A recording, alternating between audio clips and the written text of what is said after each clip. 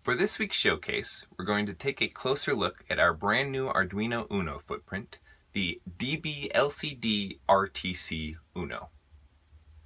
This board has a lot of cool features, so let's dig in. Our new 16x2 character liquid crystal display solders directly to the board, leaving room for the mounting holes on the LCD, as well as digital and analog breakouts. These breakouts stick out just past the edge of the LCD for last-minute changes, and actually match the digital and analog breakout configuration of all of our boards.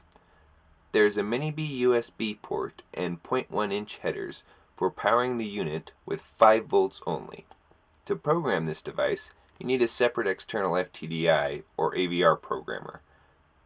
And don't forget the onboard RTC or real-time clock that keeps track of the current year, month, day, time, and day of the week for over 9 years with just the battery on board. Be sure to check out the Arduino library on using liquid crystal displays at dbboards.com. And until next week, happy hacking!